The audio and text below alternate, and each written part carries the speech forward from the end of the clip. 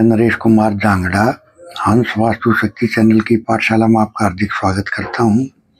Comment लेते हैं। जयदीप जी ने कमेंट लिखा, ईश्वर की खोज में मैंने 1.5 महीने तक शाम को जंगल में अकेले में हनुमान जी के मंदिर में बैठकर रेगुलर साधना की। बड़े डरावने अनुभव हुए। दूसरा अनुभव मिलते ही वहां जाना बंद ही कर दिया। विश्वास कीजिए,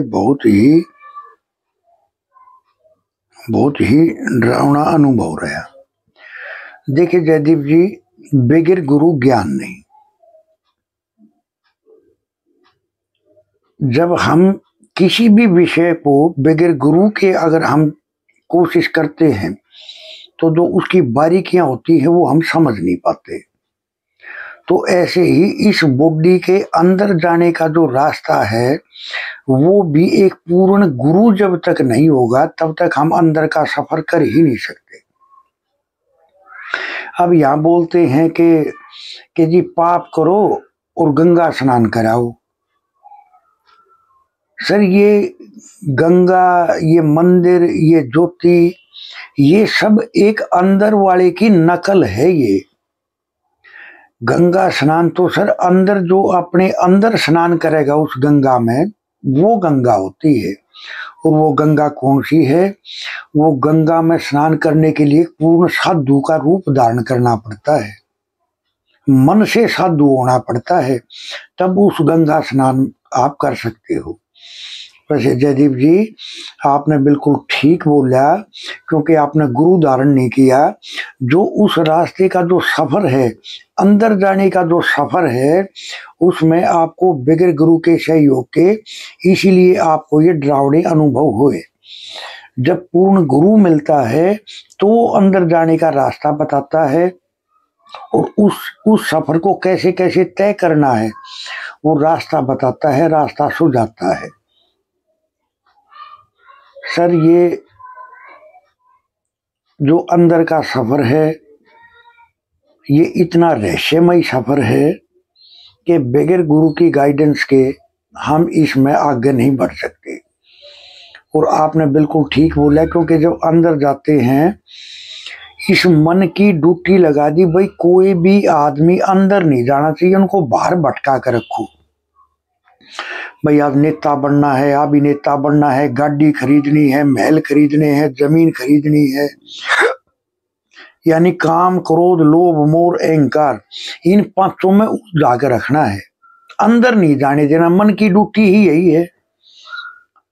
लेकिन सर, इस मन को जब ठहराव मिलता है, जब एक पूर्ण गुरु के संपर्क में हम आते हैं और वो गुरु ही हमें अंदर वाले रास्ते को तय करने का एक नजरिया देता है और हमारी मदद करता है अंदर जाने में।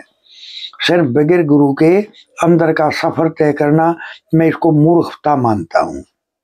तो आपने बिल्कुल ठीक बोला कि अंदर का सफर बहुत डरावना रहा, क्योंकि सर जब अंदर जाते हैं तो रिद्धियां सिद्धियां, ये तो पहली स्टेज है। ये तो पहली स्टेज है। वो बोलती हैं कि आप जो बोलोगे वही हो जाएगा, लेकिन सफर यहीं तक रखो बस। क्योंकि वो उसको लोभ देते हैं ना, जो अंदर जाना शुरू कर देता है। तो रिद्धियां सिद्धियां तो पहली स्टेज है। सर, आगे बढ़ने में अंदर बहुत रुकावटें हैं। जैसे बाहर आगे बढ़ने में रुकावटें हैं, हर आदमी एक दूसरे का पैर खींचने की कोशिश करता है, इसी तरह से अंदर वाले सफर में भी यही है। तो जयदीप जी, पहले पूर्ण गुरु की खोज करो। आप पहले पूर्ण गुरु बनाओ, उसके बाद में सर, जैसे कोई भी बच्चा ऐसा थोड़ी है कि 1 साल स्कूल में गया और वो अफसर बन गया। पहले पहली, फिर दूसरी, तीसरी, चौथी, 5वीं, 6ठी, ऐसे ऐसे क्लासें करता है, फिर MA, BA।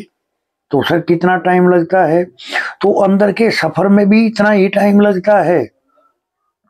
तब तो बोलते हैं कि ये जो बोलते हैं ना कि बुढ़ापे में भजन करेंगे, भाई बुढ़ापे में भजन कैसे हो जाएगा? बुढ़ापे में तो मेडिटेशन करना ऐसे लगाओ कि किसी के घर में आग लगी हुई है, वो बोले जी पहले मैं कुआं खोदूंगा, फिर पानी निकालूंगा, फिर आग को बुझाऊंगा, तब तक तो घर जल जाएगा। सर सेम ऐसे ही ये जो मेडिटेशन है ये तो बचपन से जवानी का ही पार्ट है। ये बचपन से शुरू करनी पड़ती है ये प्रतिक्रिया, और जवानी तो खास है। देखो सर, जवानी में आदमी हर चीज को सहने में सक्षम होता है, बुढ़ापे में थोड़ी होता है। तो अभ्यास जितना जिस कदर बढ़ता चलेगा उसकी क्लास का सिलसिला भी उतना ही बढ़ता चलेगा। जैसे एक नॉर्मल स्कूलों में कॉलेजों में बच्चे पढ़ते हैं तो टाइम लगता है, कितने सालों में वो बच्चा MA BA पास करता है। तो सर ऐसे ही ये जो अंदर जाने का जो सफर है इसकी भी एक तरह से क्लास स्टेज है। ऐसा नहीं है कि हम 1 महीना 2 महीना गए। सर 1-2 महीने अगर हम स्कूल में चले जाएंगे तो क्या हम MA BA कर लेंगे? नहीं कर सकते। तो सेम अंदर का सफर भी ऐसा ही है। पहले तो वो गुरु मिलने चाहिए जिन्होंने खुद MA BA करी है, वही तो MA BA करा सकता है ना। अब कोई बोल रहा जी मरने के बाद में स्वर्ग मिल जाएगा। अरे जब जिंदे जी स्वर्ग नहीं मिला तो मर के कैसे मिल जाएगा? सर हम कमरे से बाहर निकलाते जब हमारा मन करता है, कमरे से अंदर चले जाते हैं, बाहर आ जाते हैं। सर इस शरीर भी ये कमरा है, इससे बाहर निकल के दिखाओ। सर यही कोर्स होता है, यही कोर्स होता है सर।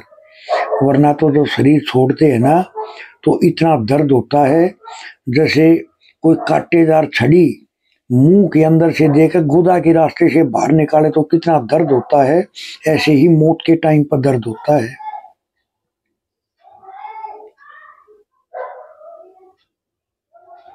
आत्मा को जब इससे निकलती है तो इतना तकलीफ, जैसे हजारों बिच्छू एक बार डंक मार दे इतना तकलीफ होती है। लेकिन बोलेगा तो जबान बंद, बोल के बयान नहीं कर सकता आदमी। सर ये अंदर के रास्ते में तो गुरु की जरूरत पड़ती है, तो आपको गुरु की खोज करनी चाहिए, वो योग्यता होनी चाहिए उनमें, है ना। जो जिन्होंने खुद उस सफर को तय किया होगा वही तो आपको रास्ता बता सकता है ना। जिसने खुद सफर को तय नहीं किया वो क्या रास्ता बताएगा? तो पहले तो वो योग्य और वो योग्यता और वो पात्र, जब इन सब का कम्युनिकेशन बनता है तो ही अंदर का सफर होता है। ऐसे तो सर इस त्रिलोकी का दायरा है ये, यहाँ खाना पीना लेटरिन पेशाब बच्चे पैदा कर लिए, बस यही है। फिर अगला जन्म तो कर्मों के हिसाब से होना है। सर इस इंसानी जन्मे को तो देवी देवता भी तरसते हैं। अब आपने देखा होगा, देखो सर मैं खुद हिंदू हूँ लेकिन मैं आपको एक रियलिटी बताता हूँ। आपने देखा होगा देवी देवताओं में भी झगड़े, सर इस त्रिलोकी के दायरे में झगड़े ही है। आपने देखा होगा राक्षसों ने अच्छा भजन करा यानी सिमरन करा, पूजा करी, साधना करी, तो वो इंद्र के सिंहासन पर जाकर बैठ जाते हैं, फिर उनके लठ बाजते हैं। सर इस त्रिलोकी के दायरे में तो सिर्फ झगड़े ही हैं, वो चाहे देवी देवता है चाहे इंसान है। तो सर इंसानी जामे की हमें कदर करनी चाहिए, वरना ये बड़ी मुश्किल से मिलता है, बड़ा दुर्लभ है ये इंसानी शरीर। तो हमें एक पूर्ण गुरु की खोज जरूर करनी चाहिए। वो अगर नहीं मिलता तो हमारा जीवन व्यर्थ गया। ये जो पैसा कमाया, इज्जत कमाई, शोहरत कमाई, या बोर्ड लग जाएंगे, क्या होगा उनसे? कुछ नहीं होता, ये सब नकल है। खैर, किसी ने कहा कार्य क्षेत्र पर ऑफिस में एक कर्मचारी को किस स्थान पर बैठना चाहिए जो उत्तम हो? देखिए कर्मचारी तो है लेकिन वो उसका काम क्या, उसका वर्क क्या है? वो खुद माल को तैयार करता है, वो अपने वर्करों से जुड़ता है, वो खरीद फरोख्त करता है, वो फोन को अटेंड करता है, उसका काम क्या है? वैसे सर नॉर्थ का और ईस्ट, इनमें आप अगर आपने जितना क्वेश्चन करा मैं उतना ही जवाब दे सकता हूँ। तो आप इस तरह से अगर बैठा के चलते, ईस्ट में बैठाओ आप कर्मचारी को तो अच्छे परिणाम देखने को मिलते हैं। सर वास्तु तो एक डिटेलिंग का विषय है। अब कर्मचारी कैसा है, अपने हाथ से तैयार करता है, उसकी स्किल क्या है, उसका काम क्या है, कहाँ बैठना चाहिए। तो सर बहुत कुछ होता है। तो आपने जितना क्वेश्चन करा मैं उसका उतना ही जवाब दे पाया, क्योंकि आपने क्वेश्चन कंप्लीट नहीं किया, आप पूछना क्या चाह रहे हो। देखिए सर, यहां मैं आपको एक नजरिया देता हूं दीवार घड़ी को देखने का। अब तकरीबन हर घर में होती है दीवार घड़ी। दीवार घड़ी क्या है? ये वाटर एलिमेंट और एयर एलिमेंट का कम्युनिकेशन है। निरंतर आगे बढ़ना, निरंतर आगे चलते रहना, एक फ्लो में चलते रहना। तो सर अगर इस घड़ी की सुई के अंदर अगर होल होगा तो उस घर में रहने वालों के घर में नुकसान और कर्ज जरूर होगा।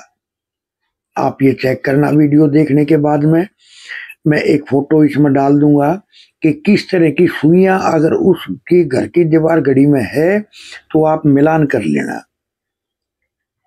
सर इसमें भी बहुत सारे कम्युनिकेशन होते हैं, कलर का है, अंकों का है, कोई कटा है, फटा है, कोई कंप्लीट है, वो किस कलर के हैं, डायल किस कलर का है, उसकी शेप क्या है।